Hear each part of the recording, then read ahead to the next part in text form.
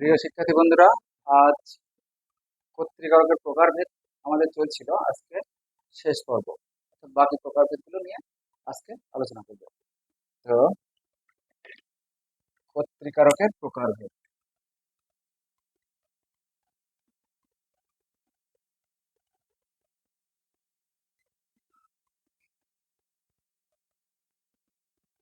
গত পর্বে 11টা পর্যন্ত হয়ে গিয়েছিল, 11টা ভাগ আমি দেখিয়েছিলাম।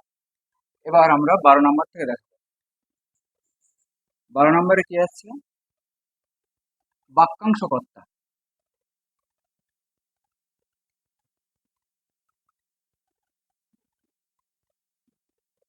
দেখো, বাক্যাংশ কর্তাটা কি?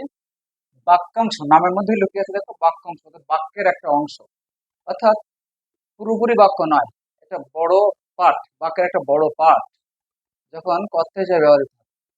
সাধারণত বাক্যের অসমাপিকা ক্রিয়া পর্যন্ত অংশ, অর্থাৎ সমাপিকা ক্রিয়াবিহীন একাধিক পদ মিলে একটা পদগুচ্ছ যখন আহ কথ্য হিসেবে ব্যবহৃত হয় তখন তাকে বাক্যাংশ করতে হয়। যেমন ধরো, একটা উদাহরণ দেই।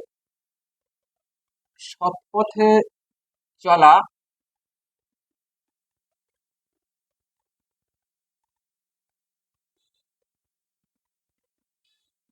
সৎপথে জীবনযাপন করা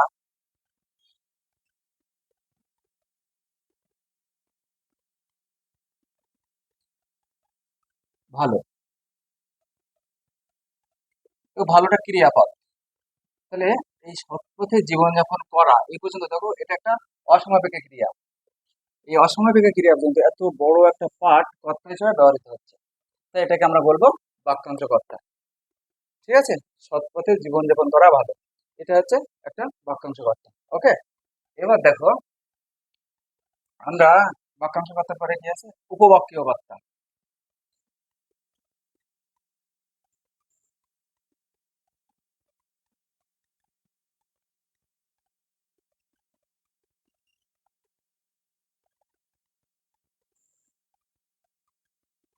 উপবাক্য বাক্যাংশ খুব ক্লোজ, পার্থক্যটা খুব ভালোভাবে বুঝে নেওয়ার চেষ্টা করো। দেখো, উপবাক্য মানে যখন একটা বাক্য, পুরো একটা বাক্য যেখানে সমাবেশী ক্রিয়া থাকবে, একটা বাক্য যখন কথা হিসেবে ব্যবহৃত হবে তখন আমরা তাকে বলবো উপবাক্যীয় কর্তা। ঠিক আছে? যেমন ধরো, সে এমন ভাবে প্রতারণা করবে ভাবতেও পারেনি।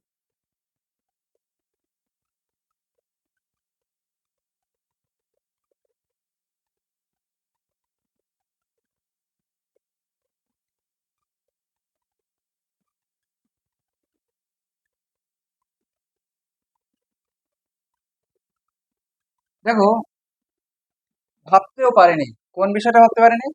সে এমন ভাবে প্রতারণা করবে। দেখো, করবে এখানে সমাপিকা ক্রিয়া, এখানে দেখো অসমাপিকা ক্রিয়া, সৎপথে জীবন করা, বাক্যটা শেষ হচ্ছে না। তাই এটা হচ্ছে বাক্যাংশ কথা। উপবাক্য একটা পুরো বাক্য, আমরা সে এমন ভাবে প্রতারণা করবে, তাহলে আমার ভাবতে পারাটা কি হলো? সে এমন ভাবে প্রতারণা করবে, এটা ভাবতেও পারেনি।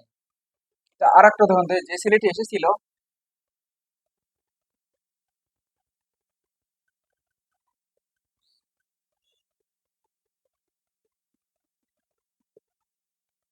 সে আমার ভাই।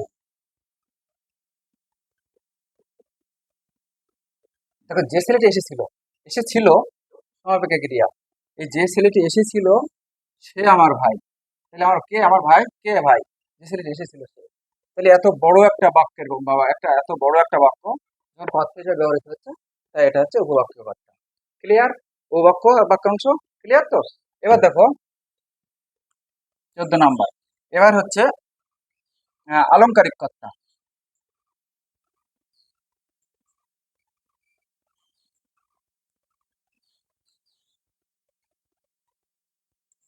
আলংকারিক কর্তা কি?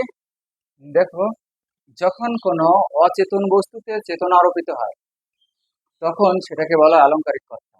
অচেতন বস্তু চেতনা আরোপিত মানে সাধারণত যার জীবন নেই, এরকম কিছু একটা কিছু যখন কথ্য হিসেবে ব্যবহৃত হবে। যেমন ধরো, আকাশ আমায় শিক্ষা দিল। আকাশ অচেতন বস্তু, আকাশ কিভাবে শিক্ষা দেবে? কিন্তু কবির কল্পনায় ধরে নেওয়া হয়েছে আকাশ শিক্ষা দিচ্ছে। এরকম কিছু হলে তখন তাকে আলংকারিক কথা বলে, মনে থাকবে। তো আলংকারিক কথা কাকে বলে? অচেতন বস্তুতে চেতনা আরোপিত হলে কবির কল্পনায় সেই চেতনা আরোপিত বস্তু আলংকারিক কথা।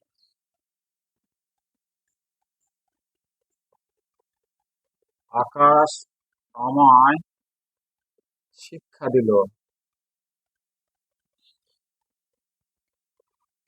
কে শিক্ষা দিল? আকাশ। ঠিক আছে। চাঁদ ডাকে আয় আয়।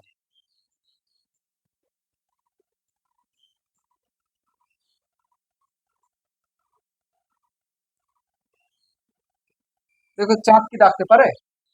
পারে না। তাহলে দেখো মনে হচ্ছে কবির কল্পনায় চাঁদ ডাকছে আয় আয়। এই কবি কল্পনায় অচেতন বস্তু চেতন আরোপিত হয়েছে, তাই এটা হচ্ছে আলংকারিক কর্তা। এবার 15 নাম্বার। 15 নাম্বার আছে উম, বহু ক্রিয়ার এক কর্তা।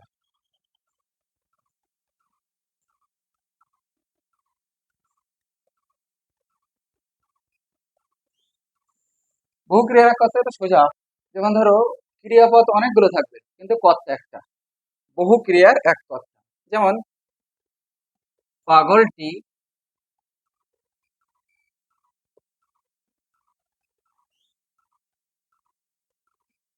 নেচে নেচে গেয়ে গেয়ে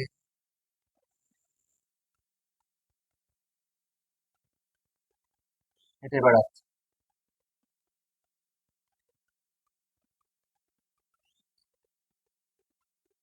বেড়াচ্ছে। দেখো বহু ক্রিয়া এখানে কি কি কাজ? নাচা, গাওয়া, হেঁটে বেড়ানো, তিনটি ক্রিয়া একসঙ্গে আছে। এই বহু ক্রিয়া একটাই কর্তা পাগলটি। ঠিক আছে।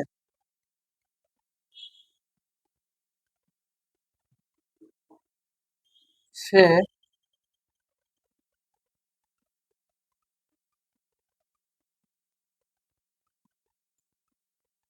নাচ করছে, গান গাচ্ছে।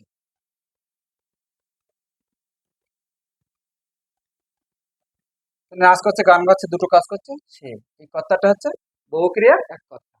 ঠিক তেমনি এক ক্রিয়ার বহু কর্তাও আছে। 16 নাম্বার।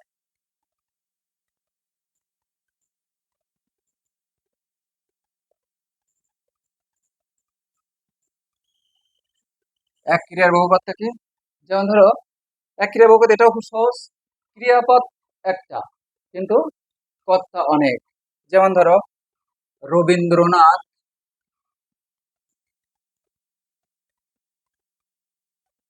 নজরুল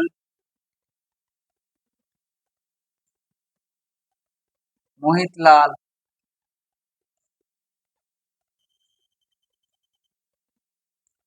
কবি ছিলেন। ঠিক আছে। তাহলে তো তিনটে কর্তা দেখো। তাহলে একটা ক্রিয়া, সবাই কবি। আর কর্তা রবীন্দ্রনাথ নজরুল মোহিতলাল, তিনজনই কর্তা। তাহলে একটা ক্রিয়ার বহু কর্তা হবে। ঠিক আছে। তারপর ধরো সে, তার বন্ধু, সবাই মিলে বেড়াতে যাচ্ছে। তাহলে বেড়াতে যাওয়াটাই কাজ। বেড়াতে যাওয়ার কাজ তো সবাই মিলে করছে। তাহলে এটা হচ্ছে এক ক্রিয়ার বহু কর্তা। ঠিক আছে। তাহলে কর্তৃকর্কে প্রকারভেদ আজ এখানে সমাপ্ত হলো। আগামী পর্বে আমরা কর্মকারক নিয়ে শুরু করবো। আশা করি সবাই বুঝতে পেরেছো। আজ এ পর্যন্তই। ততক্ষণে সবাই ভালো থেকো।